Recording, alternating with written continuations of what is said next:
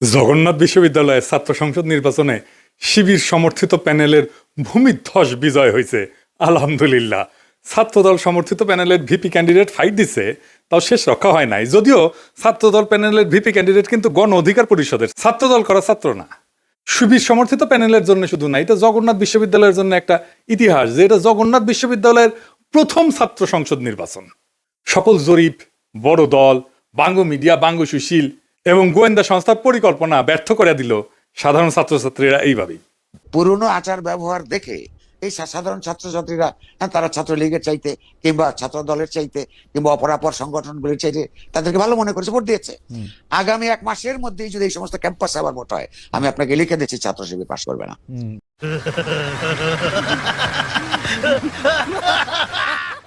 ইদানিং তো আবার জরিপ চলতেছে, জরিপে দেখা যায় বিএনপি ছাড়া কথা নাই। 70% লোক নাকি বিএনপির ভোট দিবে। এমিনেন্স একটা জরিপ করেছে, ওর মালিক আমার মেডিকেলের 3 বছরের জুনিয়র জাসদ করেছিল। ওর এনজিও হেলথ নিয়ে কাজ করে ওই এমিনেন্স, এখন নতুন ধান্দাবাজিতে নামিছে। শামিম শুনো, 70% লোক বিএনপির ভোট দিবি, দিবি পাছা পাইতে দিলে হোগাত ছাপ্পা দিয়ে দিবি, ব্যালটে দিবি পাবলিকে। এই জগন্নাথের ইলেকশন নিয়েও জরিপ করেছিল, কইছিল ছাত্রদল জিতবি। সেটা আবার বাসস, তার মানে বাংলাদেশ সংবাদ সংস্থা ছাপিয়েছিল, মানে সরকারি সংবাদ সংস্থা। এটি মাহবুব মুর্শেদকে চাকরি দিছে আসিফ নজরুল। পুরা আওয়ামী লীগ আমলে আওয়ামী লীগের সাথে সিস্টেম করে চলিছে। মাঝে মাঝে কুরকুরে নিয়ে উঠলে আমার নিয়ে স্ট্যাটাস মারতো, এটা আছে না সুশীল গেরে একটা কুরকুরে নিয়ে আছে, পিনাকিরে নিয়ে স্ট্যাটাস মারে, আসলে আওয়ামী লীগ, কিন্তু মাঝে মাঝে আবার ভাব দেখায় আমি আওয়ামী লীগ না। ওরে নিয়ে এমডি বানাইছে বাসসের, মানে বাসসের এমডি হবে সাংবাদিকতার সিনিয়র সাংবাদিক, তা না ওক নিয়ে বসেছে। এইভাবে আসিফ নজরুল বহুত বালসালরা চাকরি দিছে, এখন সব কয়টা বিএনপির সার্ভিস দিতেছে, এইভাবে সার্ভিস দিতেছে। এরা জানে বিএনপি ক্ষমতা না আসতে পারলে হোগাত লাতি দিয়া খেতাবে, তাই হোগা দিয়া পাহাড় ঠেলিচ্ছে, যেটি লাতি খাবি সেটা দিয়া পাহাড় ঠেলিচ্ছে। এইগুলা এইভাবে পুরা প্রফেসর ইউনূসের প্রশাসন বিএনপির জন্য খাটিচ্ছে, অভিনব উপায়ে খাটিচ্ছেন। একটা কথা কয়েনি, প্রফেসর ইউনূসের প্রশাসন উপদেষ্টা মন্ডলী শুনেন, মন দিয়ে শুনেন। বৃহত্তর বিএনপির প্রফেসর ইউনূসের উপদেষ্টা পরিষদের শাখার সদস্যরা এবং প্রশাসনে বিএনপির লেসপেন্সাররা শুনে রাখেন, আপনারা রাষ্ট্রের কর্মচারী, ওই রাষ্ট্রের মালিক জনগণ, বিএনপি না। মাথায় রাখেন, একদিন না একদিন জনগণের সরকার আসবে ক্ষমতা, সেদিন কিন্তু কোনো ছাড় পাবেন না। সেই সরকার প্রফেসর ইউনূসের সরকারের মতো ধ্বজভঙ্গ সরকার হবে না, সেই সরকার হবে জুলাইয়ের আগুনে উদ্দীপ্ত সরকার। হোগার চামড়া কিন্তু তুলে নেওয়া হবে, মাইন্ডি পলাহে পারবেন না। রাষ্ট্রের কর্মচারী হিসেবে নিরপেক্ষ থাকবেন, সামান্যতম পক্ষপাতিত্ব করবেন তো সেইটার কাফফারা দিতে হবে, মাপ নাই, সেই কাফফারা ভয়ঙ্কর হবে, সরি কওয়ার কলে টাইম পাবেন না। এবার আসেন আমরা দেখি কেন ছাত্রদল এভাবে হারিচ্ছে, আর নাম হয়েছে হারু পাট্টি। হ্যাঁ বুঝে চাও, এই আলাপগুলো আমরা অনেক আগের থেকে করেছি। প্রথম কারণ হইতেছে তাদের দীর্ঘদিন ছাত্রদলে কোনো রিক্রুটমেন্ট নাই, নতুন ছাত্র ঢুকেনি, না ঢুকলে দল থেকে আওয়ামী বিরোধী ছাত্র রাজনীতি তো বন্ধ থাকে নাই, তাই না? ওরা কয় যে শিবির আছে কারণ ওরা গুপ্ত রাজনীতি করছে, তা আওয়ামী বিরোধী ছাত্র রাজনীতি কি বন্ধ ছিল? ছাত্রলীগের লুঙ্গির তলে ছিল নাকি শিবির? নূরের দল তাহলে কেমনে তৈরি হইল? নাহিদ আসিফরা কিভাবে তৈরি হইল? ওরা তো গুপ্ত রাজনীতি করে নাই, শিবির প্রকাশ্য রাজনীতি করে নাই, কারণ সে বিপ্লবী রাজনীতি করছে। বিপ্লব মানে এক্সিস্টিং সিস্টেমের রাপসার, এটার ভেঙে ফেলতে হয়। যেই শক্তি প্রকাশ্য সে ইতিমধ্যে রাষ্ট্রীয় নজরদারির ভিতরে থাকে, তাই সে রাপসার করতে পারে না এক্সিস্টিং সিস্টেমকে, বিপ্লবী হইতে পারে না। বিপ্লব মানে অসম লড়াই, এইখানে ট্রান্সপারেন্সি থাকাটা আত্মঘাতী, গোপনীয়তা এখানে নৈতিকতা না, এইখানে স্ট্রাকচারাল নেসেসিটি। বিপ্লবী হইতে হইলে তাকে গোপনে রাজনীতি করতে হবে।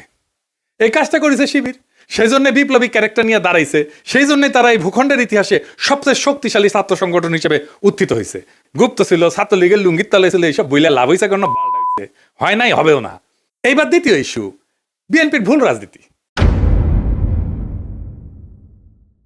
ভুল বলাটা ঠিক না, মানে যেই রাজনীতি করতেছে মুক্তিযুদ্ধের চেতনা মারাইতেছে, সেটা আত্মঘাতী হইতেছে। ক্রমাগত তারা মুক্তিযুদ্ধের চেতনা ডুবন্ত নৌকায় চইরা নিজের রাজনৈতিক ভবিষ্যৎকে ধ্বংস করিচ্ছে। মানুষজন এই কথা আওয়ামী লীগ আর বামেদের কাছে শুনিছে, তো এখনো শুনে, তাই না? এতদিন 15 বছর ধরে শুনিছে, মাইক লাগে শুনিছে। তারা এই কথার প্রতিধ্বনি যখন বিএনপির কাছে শুনে, সে তখন মনে করে আরে এটা তো আওয়ামী লীগ, এটাই তো ইন্ডিয়ার বন্ধু। আর সত্যি সত্যি যখন ইন্ডিয়ানদের উচ্ছ্বাস দেখে তারেক রহমানকে নিয়ে, আর তারা প্রকাশ্যেই বলে তারেক রহমান আর বিএনপি তাদের পছন্দের দল, তখন মানুষ দুয়ে দুয়ে সাইড মিলায়। সুবীর ভৌমিকের কথাটা আবার শুনেন এডিটর সাহেব, শুনান। ভারত বাংলাদেশে কোন সরকার চাইবে? খুব সোজা উত্তর আমি তোমায় দিয়ে দিচ্ছি। Awami League is not in election, next best option is BNP, obviously not Jamaat. তারা অলরেডি 50 লাখ লোক নিয়ে জিহাদ টেয়াদের হুমকি দিচ্ছে, ফলে জামাত অবভিয়াসলি ইন্ডিয়া চাইবে না। অত অনেক কথা, ডিপ্লোম্যাটিক কথা বলে তো লাভ। কানেকশনটা হচ্ছে 71। আমরা একসাথে, আমার সৈন্য এবং মুক্তিযোদ্ধারা রক্ত ঝরিয়েছে, সেই সুবাদে Awami League. This is the historical fact.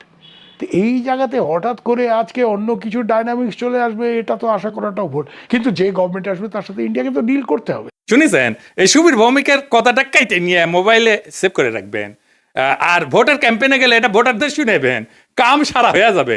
Voter পাশায় ছাপ দিয়া ভোট দিবে বিএনপিতে। আর তার উপরে যদি দেখে সেই আওয়ামী লীগের অলিগার্ক লবণ কামালদের সাথে তারেক রহমানের হাত মিলায়, তখন পাবলিকে বুঝা যায় এটা সেই আগের বন্দোবস্ত। আমরা হাসিনাকে তাড়াইছি, কিন্তু তার তৈরি বন্দোবস্ত এখনো আছে, আর এই বন্দোবস্তের মালিকানা নিছে বিএনপি। আওয়ামী লীগের এই বন্দোবস্ত, এই শক্তি বিএনপিকে আশ্রয় করে আবার শক্তি নিয়ে ফিরে আসতেছে, যেন আপা চট করে ঢুকে যাইতে পারে।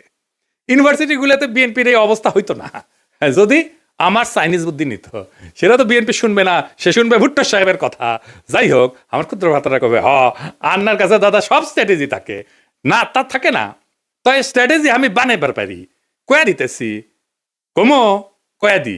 এখন তো কয়া দিলেও কোনো লাভ করবার পাবি না, কিন্তু কয়া দি যে কেমনে এটা করা যায় গেল নি। আসেন এটা শুনি দেখি, মজা পাবেন কলে। ছাত্র দলে যে রিক্রুটমেন্ট নাই, এটা তারেক রহমান সহ সব বিএনপি নেতারা জানে, স্থায়ী কমিটির সবাই জানে, স্বীকার করে, কিন্তু এইটারে কেমনে ম্যানেজ করবে সেটা জানে না। এই প্রসঙ্গে একটা প্রফেশনাল গল্প বলি আর কি, খুব বেসিক কনসেপ্টের গল্প আর কি। প্রোডাক্ট লাইফ সাইকেলের মার্কেটিং এর একটা খুব বেসিক কনসেপ্ট কি, সেটা যে কোনো প্রতিষ্ঠানের, মানুষের, দলের, পণ্যের একটা লাইফ সাইকেল থাকে বা জীবন চক্র থাকে। মানে জন্ম, বেড়ে ওঠা, তারুণ্য, যৌবন, বার্ধক্য, মৃত্যু, মানুষের যে জীবন চক্র ঠিক তেমন একটা দলের বা পণ্যের ঠিক এরকম লাইফ সাইকেল বা জীবন চক্র থাকে। প্রথমে এটাকে বলা হয় ইন্ট্রোডাকশন বা উদ্ভব পর্ব, গ্রোথ বা উত্থান পর্ব, ম্যাচুরিটি বা আধিপত্য পর্ব, ডিক্লাইন বা পতন পর্ব। শিবির আছে উত্থান পর্বে, ছাত্রদল আছে পতন পর্বে। বুঝছাও, এইটা সব দেখে দেন কে কোনটি আছে। এই লাইফ সাইকেলকে চাইলে এক্সটেন্ড করা যায়। ম্যাচুরিটিতে আসলে আলাদা স্ট্র্যাটেজি নিতে হয়, যেন আবার নতুন কইরা সে উত্থান পর্বে চলে যেতে পারে। এই পতন পর্ব শুরু হইলেও আবার তাকে উত্থান পর্বে নিয়ে যাওয়া যায় কলে কিছু কিছু বিশেষ ক্ষেত্রে, কিন্তু একটা জায়গা আনা যায় না। সেটা হইতেছে হিস্টোরিক্যাল লেজিটিমেসি কোলাপস যদি হয় পলিটিক্যাল পার্টির ক্ষেত্রে। এটা শুনতে খটোমটো লাগলেও সোজা কলে, খুবই সোজা। মানে আমি যা বইলা আমার বৈধতা আনিছি, তার উল্টা কাজ করলে লেজিটিমেসি কোলাপস হয়। এইটা ছাত্রদল আর বিএনপি দুইটারই হয়েছে। বিএনপি মুক্তিযুদ্ধরে তার পলিটিক্যাল অ্যাঙ্কার বানাইছে, উটি খুঁটি গাড়িছে, কিন্তু বিএনপি ছিল আওয়ামী লীগের মুক্তিযুদ্ধের বয়ানের অ্যান্টিথিসিস। মুক্তিযুদ্ধ হয়েছে বাঙালি জাতীয়তাবাদের স্লোগান নিয়ে, তাই না? সংবিধানে তো ঢুকেছে। তো বিএনপি আসছে বাংলাদেশি জাতীয়তাবাদ নিয়ে। মুক্তিযুদ্ধের চেতনা ছিল ধর্ম নিরপেক্ষতা, বিএনপি আনিছে পরম করুণাময় আল্লাহ তাআলার উপর পূর্ণ আস্থা এবং বিশ্বাস। আওয়ামী মুক্তিযুদ্ধের লক্ষ্য ছিল সমাজতন্ত্র, বিএনপি কইছে না না, সমাজতন্ত্র মানে যদি হয় অর্থনৈতিক এবং সামাজিক ন্যায় বিচার, তাইলে ঠিক আছে, অন্য সমাজতন্ত্র আমি মানি না। বিএনপি ওইটা নিয়ে লেজিটিমেসি পাইছিল, ওই লেজিটিমেসি কোল্যাপস করেছে 2024-এর 5ই আগস্টের পরে, যখন মুক্তিযুদ্ধ। এই জন্যই বিএনপি জিততে পারবে না সামনের ইলেকশনে। কিন্তু ছাত্রদল এটা ডিক্লাইন ফেজে গেছে আরো আগেই, মানে বিএনপির লেজিটিমেসি কোলাপস করার আগেই গেছে। সেই জন্য আমি কইতেছি যে কিভাবে বিএনপি যদি লেজিটিমেসির কোলাপস না হইতো, তাহলে ছাত্রদলকে বাঁচাইতে পারতো। এখন সে চাইলেও পারবে না বাঁচাইতে। কেমনে পারতো? প্রথমে ছাত্র দলকে বিলুপ্ত করে দিতে হইতো। থেকে লাভ নাই, কারণ দল তো নাই, সমর্থন নাই, রিক্রুটমেন্ট নাই, থেকে লাভ কি? ভোটে জিতে না, হারু পাট্টি। তাইলে এটা বিলুপ্ত কইরা সবাই রে বৈষম্য বিরোধী ছাত্র সংগঠনে একীভূত করতে হইতো। এটা হইলে বৈষম্য বিরোধী ছাত্র সংগঠনের সবচেয়ে বড় স্টেক হোল্ডার হইতো ছাত্র দল থেকে আসা লোকগুলা। বৈষম্য বিরোধী ছাত্র সংগঠনই হইতো বিএনপির গণছাত্র সংগঠন। সে আরো বৃহত্তর ঐক্যের চেষ্টা করতো, ছাত্র অধিকার পরিষদকে নিত, ইনকিলাব মঞ্চকে নিত, এরকম ছোটখাটো দলগুলোকে সে ঢুকায় ফেলতো, একীভূত করে ফেলতে পারতো। তাইলে শিবিরের একটা শক্তিশালী বিরোধী দল দাঁড়াইতো। এটা হইলে শিবিরের সাথে শক্ত ফাইট দিতে পারতো, অনেক জায়গায় জিতেও যেতে পারতো। আর যে রিক্রুটমেন্টের গ্যাপ তৈরি হয়েছে সেটা পূরণ হইতো, কারণ এই বৈষম্য বিরোধী ছাত্ররা তো ছাত্রদল করে না, এরা তো নতুন তরুণ, আরো তরুণ, এরা ঢুকতো, তাইলে তার গ্যাপটা পূরণ হইতো। এখন ইলেকশন হইতেছে আর মারা খেতেছে বিএনপি, নামই হয়ে গেছে হারুপাট্টি। এখন আমার ক্ষুদ্র ভাতারা একটা বিরাট কোশ্চেন করে ফেলতে পারে আমাকে, আমি কালে ডরে আছি। হ্যাঁ, যে কয় যদি দাদা দলে যদি এইভাবে লাইফ সাইকেলের মধ্যে যায়, উত্থান পতনের মধ্যে দিয়া যায়, তাহলে তো আমেরিকা রিপাবলিকান আর ডেমোক্রেটদের মইরা ভূত হয়ে যাওয়ার কথাই ছিল। এইগুলো তো ভালোই টিকে আছে। তো মাঝে মাঝে বুঝছাও আমার মনে হয় যে আমি দিনে 4-5টা করে ভিডিও বানাই, ব্যানে এগুলো ব্যাখ্যা করি। মেলা কোশ্চেন আছে সবার মাথার, তাই না? হ্যাঁ, এটা খুব ইন্টারেস্টিং প্রশ্ন করলে করিছেন আপনারা, না করলেও কয়ে দিলাম, তাই না? আসেন এবার বুঝে দেখি। আমেরিকান রিপাবলিকান আর ডেমোক্রেটিক পার্টি এটা স্বাভাবিক রাজনৈতিক দল না। ওইগুলো কার্যত রাষ্ট্রের ভেতরে একটা ইনস্টিটিউশনালাইজ পাওয়ার মেকানিজম। এটা কি, এটা প্রতিষ্ঠান হয়ে গেছে, এটা দল নাই, এটা রাষ্ট্রের সাথে একীভূত হয়ে গেছে, অনেকটা চাইনিজ কমিউনিস্ট পার্টির মতো। তাই ওদের পতন হয় না, ওদের রূপ বদলায়। এই যে লাইফ সাইকেল থিওরি, যে জীবনচক্র থিওরি যেটা কইলাম, এটা কাজ করে হয়েছে, এটা ক্লাসিক রাজনৈতিক দলের মতো, ক্লাসিক রাজনৈতিক দল যেগুলো আদর্শিক দল বা ক্যারিসমেটিক লিডার আছে, যেমন মুজিবের দলের মতো, জামাতের মতো, শিবিরের মতো, কমিউনিস্ট পার্টির মতো, রেভলিউশনারি বা পোস্ট কলোনিয়াল দল কংগ্রেসের মতো, এবং দুর্বল রাষ্ট্র কাঠামোর দেশে Bangladesh, Pakistan, Africa, Latin America, এই সমস্ত জায়গায় এই সমস্ত থিওরি খাটের দলগুলোর ক্ষেত্রে। কংগ্রেসের মরে যাওয়া দেখে বুঝতে পারতেছেন, বিজেপির উত্থান থেকে বুঝতে পারতেছেন।